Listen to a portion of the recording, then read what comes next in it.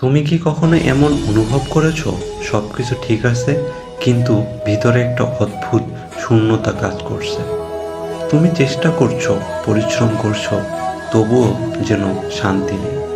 আজকের এই ভিডিওটা তোমার জন্য, কারণ আজ আমি তোমাকে শোনাবো ভগবত গীতার এমন কিছু বাণী, যেগুলো শুধু ধর্ম নয়, এগুলো হলো লাইফের রিয়েল গাইডলাইন।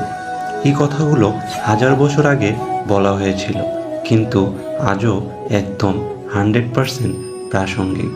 ভিডিওটা শেষ পর্যন্ত শোনো, কারণ শেষের বাণীটা তোমার পুরো চিন্তাধারা বদলে দিতে পারে। গীতার শুরুই হয় একটি যুদ্ধ দিয়ে, কুরুক্ষেত্রের যুদ্ধ।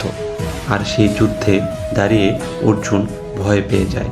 সে ভাবে আমি পারবো না, ঠিক আমাদেরই মতো। পরীক্ষা সামনে, কেরিয়ার নিয়ে টেনশন, রিলেশনশিপ নিয়ে প্রবলেম। এই সময়ে কৃষ্ণ বলেছিলেন, কর্ম করো, ফলের চিন্তা করো না। ভাবো, আমরা সবসময় কি করি? কাজ শুরু করার আগেই ভাবি, যদি না হয়। চেষ্টা করার আগেই ভয় পাই, মানুষ কি বলবে।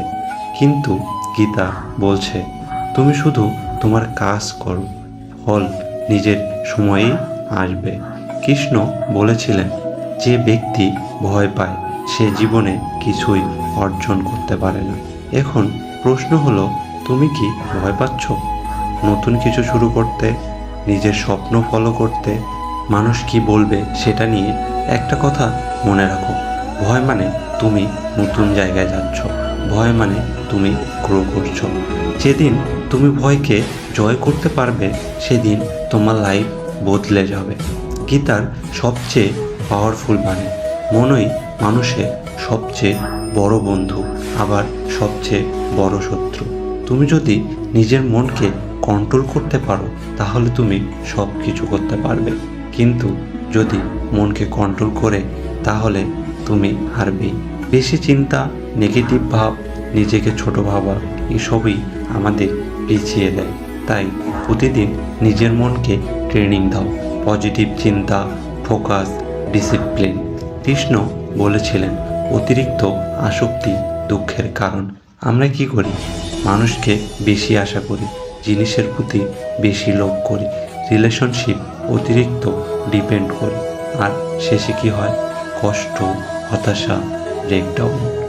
গীতা আমাদের শেখায়, ভালোবাসো কিন্তু নিজেকে হারিও না।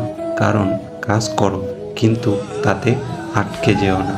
সবচেয়ে গভীর কথা, তুমি তোমার শরীর না, তুমি তোমার আত্মা। এই কথার মানে কি? তুমি ফেল করলে তুমি শেষ না। কেউ তোমাকে ছেড়ে গেলে তুমি ভেঙে পড়া উচিত না। বাইরের কিছুই তোমাকে ডিফাইন করে না। তুমি অনেক বড়, অনেক শক্তিশালী, তুমি আলাদা। শেষে একটি প্রশ্ন, তুমি কি এখনো আগের মতোই ভাবছো, নাকি একটু বদলে এসেছো? গীতার এই বাণীগুলো শুধু শোনার জন্য না, এগুলো ফলো করার জন্য। আজ থেকেই শুরু করো, ভয়কে হারাও, নিজের কাজকে চালিয়ে যাও, নিজের মনকে কন্ট্রোল করো। মনে রাখো, তোমার জীবন তুমি নিজেই তৈরি করো। চলো একটু কল্পনা করি, তুমি একটা যুদ্ধের মাঠে দাঁড়িয়ে আছো, চারপাশে হাজার হাজার মানুষ, সবাই লড়াইয়ের জন্য প্রস্তুত। কিন্তু হঠাৎ তোমার হাত পা কাঁপতে শুরু করলো।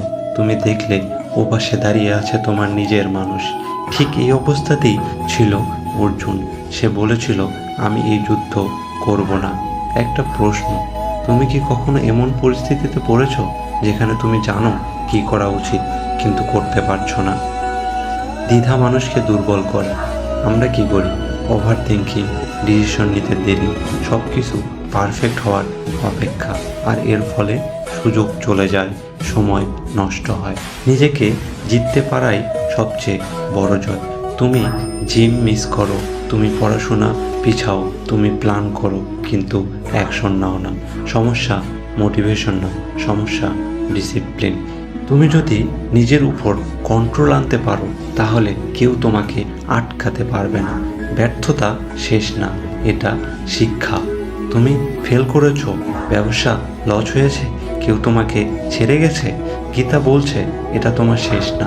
নিজের ধর্ম খুঁজে নাও, তুমি কেন কাজ করছো? শুধু টাকা, শুধু মানুষকে দেখানোর জন্য?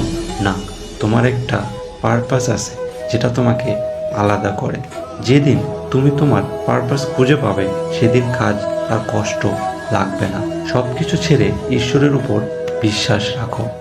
সব কিছু তোমার কন্ট্রোলে না। কখনো তুমি চেষ্টা করেও হারবে, কখনো তুমি বুঝবে না কেন এমন হলো। সেই সময় trust the process, trust god. শান্তি এখানেই। শেষে একটা কথা বলি, জীবন একটা যুদ্ধ, আর তুমি একজন যোদ্ধা।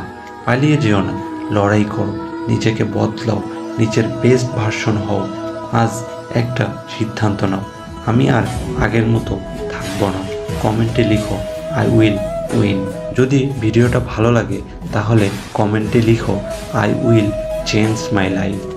আর এমন আরও ভিডিও পেতে সাবস্ক্রাইব করো। ধন্যবাদ।